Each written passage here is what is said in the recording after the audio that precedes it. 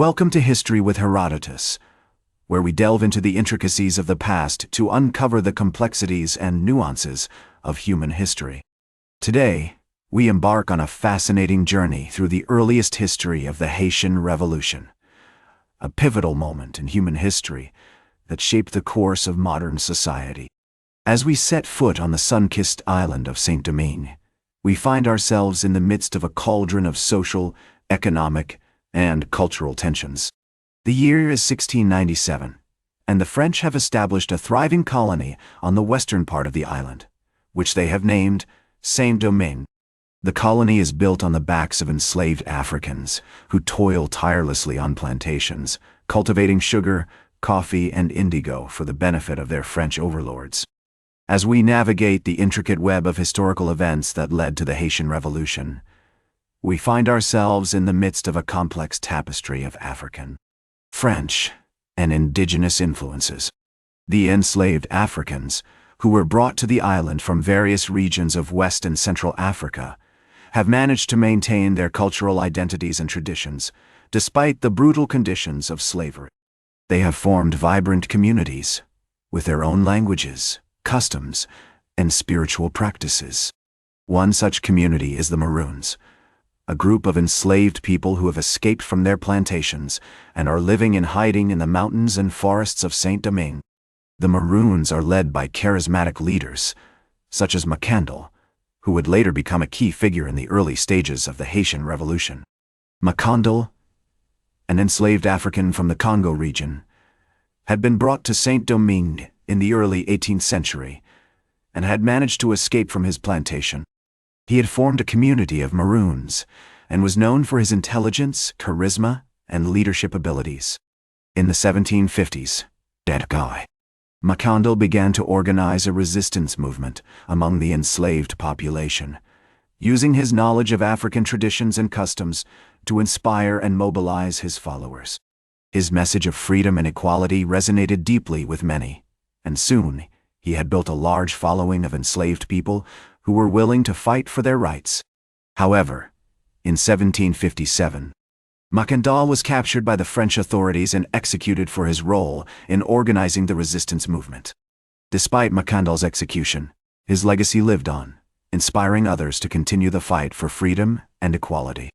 One such individual was Bachman, an enslaved African who would later become a key leader in the Haitian Revolution. Bachman, a Vodou priest from the Congo region, had been brought to Saint-Domingue in the late 18th century and had managed to escape from his plantation. He had formed a community of Maroons and was known for his spiritual leadership and his ability to mobilize his followers. As we explore the historical context of the Haitian Revolution, we find ourselves in the midst of a complex web of ideological influences. The French Enlightenment's emphasis on liberty, equality, and fraternity had created an ideological backdrop for the revolution, while the harsh realities of slavery and colonialism had forged a sense of collective resistance among the enslaved population.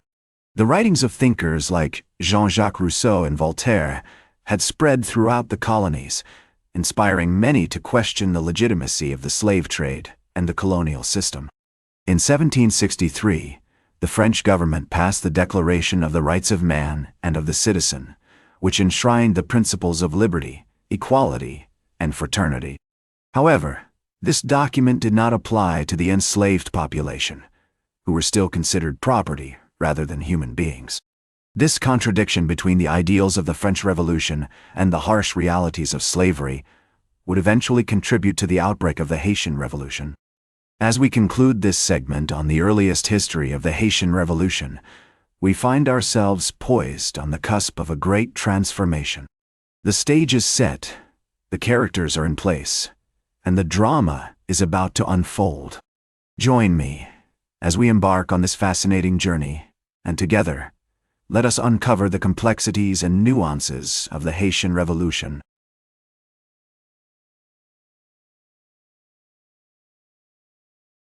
Welcome back to the Haitian Revolution, where we delve into the intricacies of the past to uncover the complexities and nuances of human history. As we now enter the heart of the revolution, we find ourselves in the midst of a maelstrom of social, economic, and cultural upheaval. The year is 1791, and the enslaved population of Saint-Domingue has risen up in revolt against their French overlords. The spark that ignited this powder keg was the Vodou ceremony led by Boukman, where he proclaimed that the enslaved people would be free and equal. One of the key figures to emerge during this period was Toussaint Louverture, a former slave who had risen through the ranks of the French military. Louverture, also known as the Black Napoleon, was a brilliant strategist and leader who would eventually become the governor of Saint-Domingue. He was instrumental in organizing the enslaved population into a cohesive fighting force, using his knowledge of the island's terrain and his experience in guerrilla warfare to outmaneuver the French. As the revolution gained momentum, Louverture found himself at odds with other leaders, including Jean-Jacques Dessalines, who would eventually become the first leader of an independent Haiti. Dessalines, a former slave who had risen through the ranks of the Revolutionary Army, was a fierce and charismatic leader who advocated for complete independence from France. In 1793, the French National Convention issued the Declaration of the Abolition of Slavery, which abolished slavery throughout the French colonies. However, this decree was met with resistance from the French planters, who saw it as an attack on their economic interests. The conflict between the French and the enslaved population continued to escalate, with Louverture and Dessalines playing key roles in the fighting. In 1802, Napoleon Bonaparte sent a large army to Saint-Domingue to quell the rebellion and restore slavery. However, the French troops were met with fierce resistance from the Revolutionary Army, led by Louverture and Dessalines. The war was brutal and devastating, with both sides suffering heavy losses. Despite being outnumbered and outgunned, the Revolutionary Army managed to hold off the French, using their knowledge of the terrain and their experience in guerrilla warfare to great effect. In 1803, the French were forced to withdraw from the island, and on January 1, 1804, Dessalines declared Haiti's independence, making it the first independent black nation in the world. As we explore this pivotal moment in human history, we find ourselves in the midst of a complex web of ideological influences. The French Enlightenment's emphasis on liberty, equality, and fraternity had created an ideological backdrop for the revolution, while the harsh realities of slavery and colonialism had forged a sense of collective resistance among the enslaved population. The Haitian Revolution was not just a local event. It had far-reaching consequences that resonated throughout the world. It inspired other slave revolts and rebellions, including the Latin American Wars of Independence, and challenged the institution of slavery globally. In conclusion, our journey through the heart of the Haitian Revolution has taken us to the midst of a transformative moment in human history. We have encountered key figures such as Toussaint Louverture, Jean-Jacques Dessalines, and Boukman, who shaped the course of this pivotal event. Welcome back to the Haitian Revolution, where we delve into the intricacies of the past to uncover the complexities and nuances of human history. As we now enter the aftermath of the revolution, we find ourselves in the midst of a fragile and tumultuous period in Haitian history. The year is 1804, and Haiti has just declared its independence, making it the first independent black nation in the world.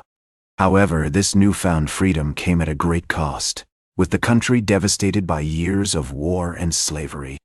Dessalines, who had declared Haiti's independence, became the country's first leader, taking the title of Emperor Jacques I.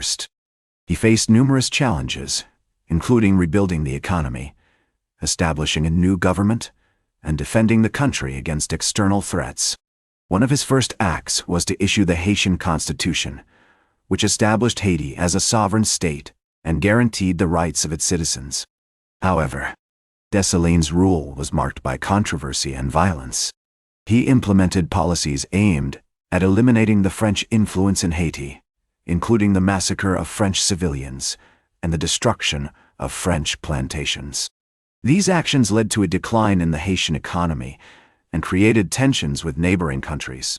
In 1806, Dessalines was assassinated, and the country was plunged into a period of civil war. The conflict pitted different factions against each other, including the followers of Henry Christophe, who would eventually become the King of Haiti, and those of Alexandre Haitian, who would become the President of the Republic of Haiti. Christophe, who ruled the northern part of Haiti, established a monarchist government and implemented policies aimed at modernizing the country. He built roads, schools, and hospitals, and encouraged trade and commerce. However, his rule was also marked by authoritarianism and repression. Haitian, on the other hand, ruled the southern part of Haiti and established a republican government. He implemented policies aimed at promoting democracy and equality, including the establishment of a national assembly and the protection of individual rights. Despite these efforts, Haiti continued to face numerous challenges, including poverty, illiteracy, and external threats. The country was also plagued by conflicts with neighboring countries, including the Dominican Republic, which shared the island of Hispaniola with Haiti. The Haitian Revolution had far-reaching consequences that resonated throughout the world. It inspired other slave revolts and rebellions, including the Latin American Wars of Independence, and challenged the institution of slavery globally.